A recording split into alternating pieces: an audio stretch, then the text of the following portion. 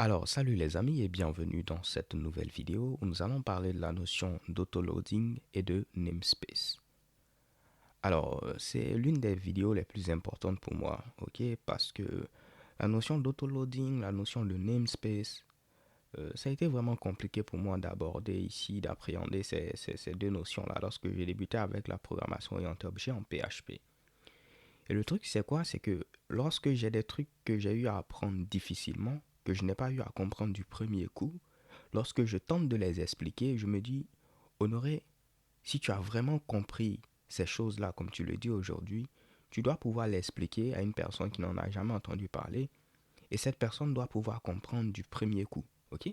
Si toi, tu as réellement compris, tu dois pouvoir éviter à cette personne-là le fait d'apprendre à nouveau cette chose-là, ok? Cette personne doit pouvoir comprendre automatiquement ce que tu lui as expliqué parce que tu l'as bien compris. Alors, aujourd'hui, c'est comme un test pour moi, les gars, ok? Je veux juste confirmer que j'ai bien compris ceci. Donc, je vais tenter de vous l'expliquer de la manière la plus simple possible. Et au travers de cette vidéo, on va en reparler également de la vidéo suivante.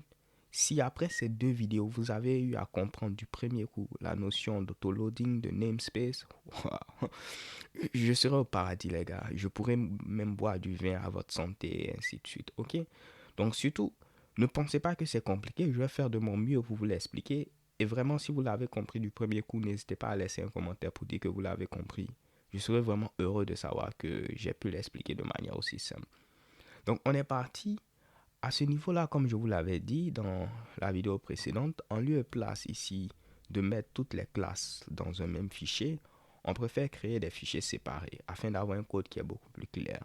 Donc par exemple pour cette classe personne, ce que je vais faire c'est quoi? Je vais ouvrir ici ma sidebar et je vais créer un dossier qui a pour nom src, ok, pour dire source comme code source. Et dans ce dossier, on va créer ici une classe. Cette classe-là, elle va avoir pour nom tout simplement personne.php. Donc, je crée un fichier qui a pour nom personne.php et c'est ce fichier-là qui va contenir ici le code qui est en rapport avec notre classe personne. Ok? Donc, je vais couper ceci.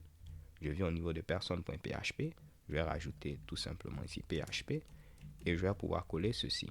On va faire de même pour les autres classes. Donc, on a une classe team. Donc, je vais copier ceci, couper.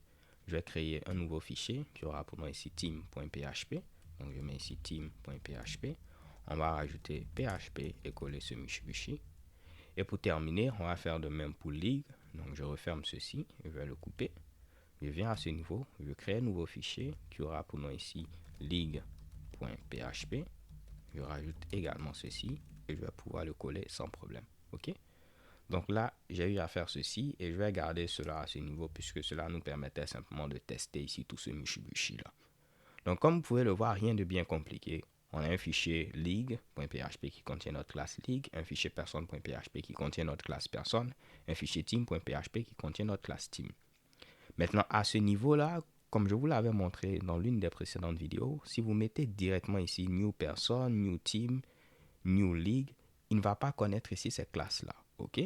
Donc, si je tente d'exécuter le fichier test.php, vous allez voir, on nous dit on ne connaît pas la classe personne. Et en première solution, ce qu'on peut faire, c'est utiliser require. Je vais donc dire à ce niveau-là, require, va dans le dossier src et tu vas trouver ici le fichier, par exemple ici, personne.php. Donc, on va inclure chacun de nos fichiers, ce qui va permettre de faire en sorte que chacune de ces classes sera définie. Et on va faire de même donc pour team. Et pour terminer, je vais faire à ce niveau de même pour league. OK? Et normalement, ici, on ne doit plus avoir de problème. Si je viens à ce niveau-là, je valide. Chez Keban, vous voyez, cela fonctionne. Notre code s'affiche sans problème. Je vais tenter de régler le problème du pourcentage. Et ce qu'on va faire, pourquoi pas, on va concaténer ceci à PHP and offline. Parce que je n'aime pas avoir ce pourcentage-là. Et chez Keban, cela fonctionne. Donc, ça, c'est une solution. Cela fonctionne à la perfection. Mais vous voyez que ça sera vraiment difficile si on a plein de classes. On sera obligé de faire la même chose comme ça. Ce sera fatigant, ce sera fastidieux. Et vu que c'est fastidieux et nous, on est paresseux, en tout cas, moi, je suis paresseux, on aurait à ce niveau-là tendance à préférer mettre toutes les classes dans un même fichier, ok? Alors que ce ne sera pas vraiment structuré. Donc, en lieu et place d'avoir à se fatiguer à faire plein de requires, on peut utiliser ce qu'on appelle un autoloader qui va nous permettre de pouvoir charger toutes ces classes-là de manière automatique. Et nous, ce qu'on va faire, c'est utiliser l'autoloader de Composer. Composer qu'on a vu dans la vidéo précédente, qui est tout simplement un gestionnaire de dépendances. Mais en plus de gérer vos dépendances, Composer, il vous met à disposition un autoloader qui va vous permettre de pouvoir charger automatiquement ici vos classes. OK? Et dans cette vidéo, je vais vous montrer comment utiliser ce fameux autoloader de Composer. Donc, la première des choses que je vais faire au niveau de mon projet qui est présent à ce niveau-là, je vais créer un nouveau fichier que je vais appeler ici composer.json. Donc, je mets ici composer.json. OK? Donc, comme je vous l'ai dit, ce fichier composer.json, il va permettre de configurer en quelque sorte Composer. C'est le fichier de configuration de Composer. Nous, ici, on ne va pas dépendre d'une librairie et autres. On va juste mettre ici ceci, vu que c'est un fichier JSON, comme ça, on aura au moins quelque chose de valide. OK? Donc là, je mets ici ce Mitsubishi, j'ouvre une accolade, je ferme une accolade. C'est du JSON valide. Si vous n'avez jamais entendu parler de JSON et vous souhaitez en apprendre davantage, vous pouvez regarder une vidéo au niveau de la chaîne YouTube qui parle de JSON. Mais là, sans pourtant rentrer dans les détails, vu qu'on n'a rien à mettre, on met ceci pour avoir au moins un fichier JSON valide. Maintenant, ce que je vais faire, c'est me rendre au niveau ici du terminal, au niveau de mon dossier où se trouve le fichier composer.json, et je vais faire composer install. OK? Et je valide. Si vous vous rappelez dans la vidéo où on avait parlé de composer, lorsque vous faites composer install, il va lire ici votre fichier composer.json, il va regarder ici les librairies dont vous dépendez et il va les installer. Nous, dans notre cas, on ne dépend d'aucune librairie. Donc, il ne va installer aucune librairie, raison pour laquelle vous allez voir ici, rien à installer ou à mettre à jour. Mais pourquoi j'ai eu à faire ceci? C'est parce que Composer, par le même procédé, il va vous créer un dossier vendor et il va vous créer ici ce fameux fichier-là, autoload.php.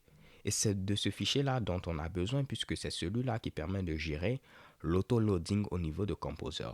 Donc, si j'ai fait ceci, c'est tout simplement pour que Composer me crée ce Mitsubishi afin que je puisse l'utiliser pour autoloader chacune de mes classes, ok, sans pour autant avoir à me fatiguer à faire require.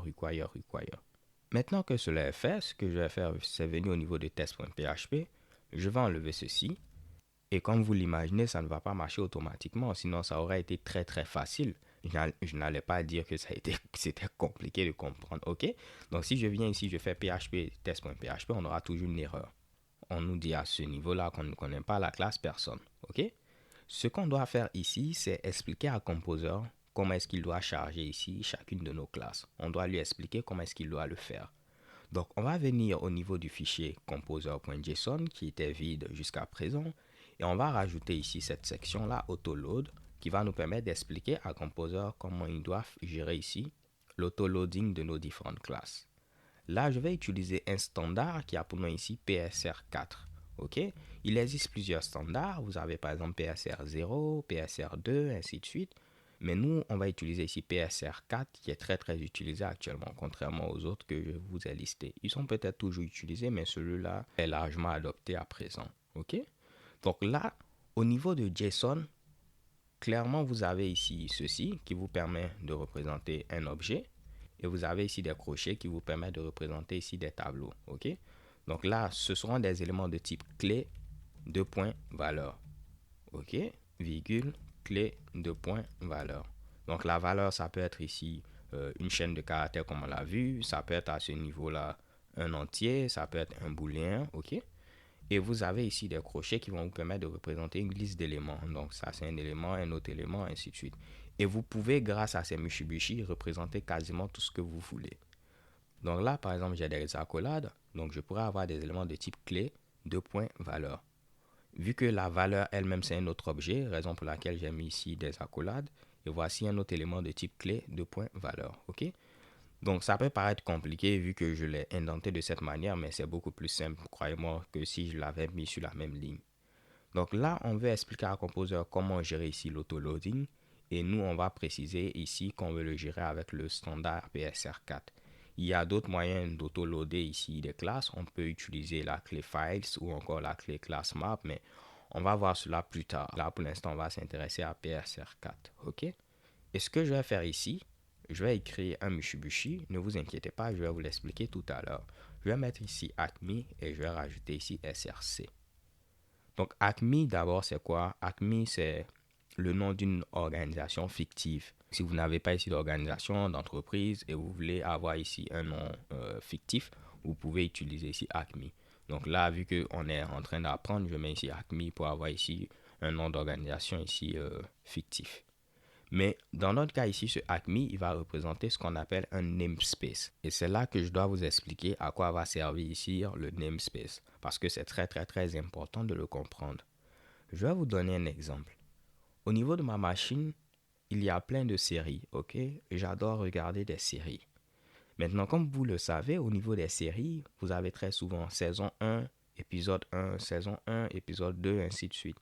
Jusqu'à saison 3, épisode 3, saison 4, épisode 8, ainsi de suite. Vous avez ici tous ces Mitsubishi là. Maintenant, le truc, c'est quoi? Pour chaque série, vous allez avoir saison 1, épisode 1, saison 1, épisode 2, ainsi de suite. Donc, si vous prenez ici tous vos épisodes et vous les mettez ici dans un même dossier, vous allez avoir déjà deux problèmes.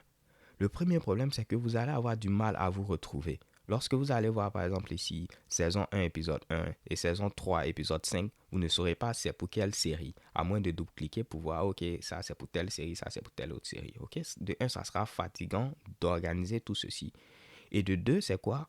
Vous ne pourrez pas avoir ici deux fichiers qui auront le même nom. Par exemple, si vous avez ici pour une série l'épisode 1 de la saison 1 qui a pour nom ici S1 E1 pour dire saison 1 épisode 1, vous ne pourrez pas avoir un autre fichier qui a pour nom ici S1E1. Quand vous allez tenter de le faire, quel que soit votre système d'exploitation, on va vous demander ici de renommer ceci. Ou bien il va rajouter tout simplement en parenthèse copie. Ok? Nous, on ne veut pas cela. On veut tenter d'organiser ceci. Comme première approche, ce que vous pouvez vous dire que vous allez faire, c'est quoi? Vous allez vous dire, ok, ce que je vais faire, je vais mettre d'abord le nom de la série. Par exemple, l'une des séries que je regarde, elle a pour nom ici Peach. Donc, je vais mettre ici Peach et après, je vais mettre S1, E1. Et si j'ai une autre série, par exemple, qui a pour nom ici Suite, je vais mettre ici Suite, S1, E1. Croyez-moi, les développeurs, ils ont pensé à ça également. Ils ont tenté de faire la même chose. Donc, si par exemple, on a une classe qui a pour nom ici Team, ok? Et puis, cette classe-là, elle appartient à une organisation qui a pour nom Acme. Et on a une autre classe Team qui appartient par exemple à Honoré. Ils vont créer une classe qui a pour nom ici Honoré underscore Team. Et une autre classe qui a pour nom ici Acme underscore Team. Comme ça, ils vont savoir que ça, c'est team de Honoré et ça, c'est la team ici de Acme. OK? Ils l'ont fait, mais ça n'a pas fait long feu parce qu'on aura toujours ce problème d'organisation là. Vous vous imaginez, dans le même dossier, vous avez pitch S1, E1, suite S1, E1, ainsi de suite. Vous aurez toujours plein de fichiers et ce sera difficile de vous organiser. Donc, ce qu'on va préférer faire ici, c'est quoi, les gars? On va créer un dossier pour chacune de ces séries-là. Un dossier pitch où on va mettre tous les épisodes de Pitch. Et pourquoi pas, on va même créer un sous-dossier S1 ou bien saison 1 dans lequel on va mettre tous les épisodes de la saison 1. Et pareil, on va faire aussi pour Suites. On aura un dossier ici Suites, un sous-dossier par exemple saison 1, un autre sous-dossier saison 2. Et dans chaque sous-dossier, on va mettre maintenant chacun de nos épisodes. Là, ce sera mieux structuré à ce niveau-là. Et l'avantage d'avoir même créé ces dossiers, c'est que je pourrais avoir des fichiers qui ont pour nom épisode 1, épisode 1 dans les deux cas, mais vu qu'ils ne sont pas dans les mêmes dossiers, on n'aura pas de collision. Si j'ai un fichier épisode 1 qui se trouve dans le dossier suite saison 1, il sera clairement différent du fichier ici épisode 1 qui se trouve dans le dossier pitch saison 1. Et vous voyez qu'on règle ce problème-là. Et c'est pareil à ce niveau-là. Lorsqu'on met ici Acme, on vient de créer ce qu'on appelle un namespace. Voyez cela comme si on l'a mis ici dans un emplacement auquel on lui a donné comme nom ici Acme. Donc là, je dis toutes les classes qui sont présentes au niveau du dossier SRC. On regarde dans le dossier SRC, voici toutes les classes qui sont présentes dans ce dossier, ce sont nos classes. On vient de les mettre sous le libellé ici Acme, sous le namespace Acme. Avant, lorsque je n'avais pas mis ça, toutes nos classes étaient dans ce qu'on appelle le namespace global. Ok, c'était le namespace global. Mais en mettant maintenant ça, nos classes se retrouvent dans le namespace Acme. Vous voyez que j'ai mis deux anti-slash à ce niveau-là. Ok, ne vous intéressez pas à ça. Ok, si vous voulez créer également ici votre autoloading avec PSR4, rajoutez ici après le namespace deux fois l'anti-slash. En grosso modo, c'est pour éviter les conflits. Si vous avez par exemple un namespace qui a pour nom ici Toto, et un autre namespace qui a pour nom, on va dire par exemple ici Toto Tata. Vous voyez que les deux commencent par Toto, vous pouvez avoir certains problèmes. Donc pour éviter ce genre de Mitsubishi, on rajoute tout simplement ici deux fois l'anti-slash. En grosso modo, c'est un seul anti-slash. Mais vu que l'anti-slash, c'est un caractère spécial qui permet d'échapper, donc nous, on va mettre ici 2 fois l'anti-slash qui va permettre de dire non, non, je ne veux pas échapper quelque chose, je veux ici l'anti-slash. Donc en mettant ici 2 fois anti-slash, c'est comme si j'ai mis ici slash en quelque sorte. OK? Donc là, à ce niveau-là, pas de problème, les gars. Tout ce qui se trouve dans le dossier SRC, on l'a mis sous le namespace ici Acme. Ce qui revient à dire que si je viens au niveau maintenant de mon fichier league.php, je vais rajouter ici ce Mitsubishi là, namespace Acme, pour dire que league se trouve dans le namespace Acme. Je vais faire pareil ici pour personne, pour dire également que personne se trouve dans le namespace Acme. Et on va terminer, on va faire de même ici pour team. Je vais dire que team se trouve dans le namespace Acme. OK? Maintenant, vous voyez qu'on a modifié le fichier composer.json. Pour dire à Composer de prendre en compte cette modification-là, on va ouvrir le terminal et on va taper composer dump autoload. OK? Donc, si vous tapez composer dump autoload, je crois que vous pouvez même taper cela également collé. Cela va permettre de faire en sorte que Composer puisse prendre en compte ces modifications-là. Et si je valide, shakebam, vous voyez que Composer a généré ici les fichiers d'autoloading. Comme je vous l'ai dit, j'aurais pu mettre ici un tiret, c'est la même chose. Et ce que moi j'aime faire, c'est rajouter l'option "-o", ce qui permet de dire ici, il faudra optimiser ici cette génération-là. OK, cela va générer vos fichiers d'autoload, mais vous voyez qu'il a généré ici des fichiers optimisés. Donc pas de problème. Cela va faire qu'au niveau de vendor, ensuite au niveau ici de autoload PSR4, vous voyez qu'il a rajouté ce Mitsubishi par exemple. OK? On ne va pas rentrer dans les détails, mais c'est ce que je vous avais expliqué. Tout ce qui se trouve dans le dossier SRC, il a mis sous le namespace Acme. OK? Donc là, on vient de faire tout ceci, les gars. Je sais que ça peut paraître compliqué et tout, mais on va tenter de l'exécuter. Vous allez voir que cela ne va toujours pas fonctionner. Et après, je vais vous expliquer parce que c'est quand même logique. Si je viens à ce niveau-là, je vais exécuter ici notre fichier test.php et vous voyez qu'on a toujours cette erreur-là. Il ne connaît pas ici la classe personne. Ce que vous devez faire, comme on l'avait eu à le faire dans la vidéo précédente, lorsqu'on avait utilisé Composer pour charger le package Faker, vous devez charger ici le fichier d'autoloading de Composer.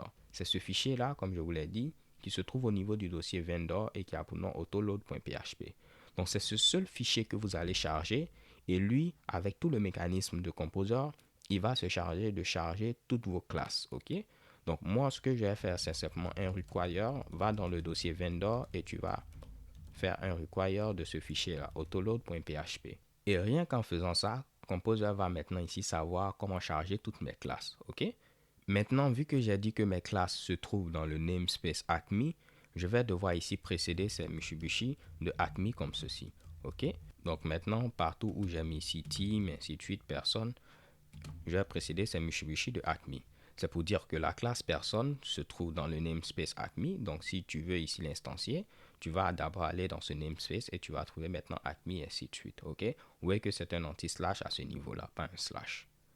Donc les gars, encore une fois, je sais que ça peut paraître compliqué. Je vais revenir pour le réexpliquer tout à l'heure, ne vous inquiétez pas. Mais là, normalement, si je ne me suis pas trompé, cela doit maintenant fonctionner. Et si je valide, chez Keban, vous voyez notre code fonctionne. Barcelone a un fan, Real de Madrid a 2 fans et on a 2 qui s'affichent. Donc tout ce qu'on a fait, c'est quoi? On a créé un fichier composer.json. On n'a rien mis, on avait mis simplement ici des accolades afin d'avoir un fichier JSON valide.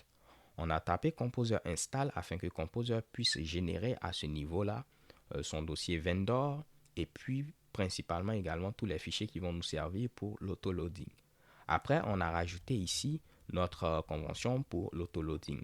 Nous, on a dit qu'on va utiliser comme standard PSR4. Et ce qu'on a dit à Composer, c'est quoi?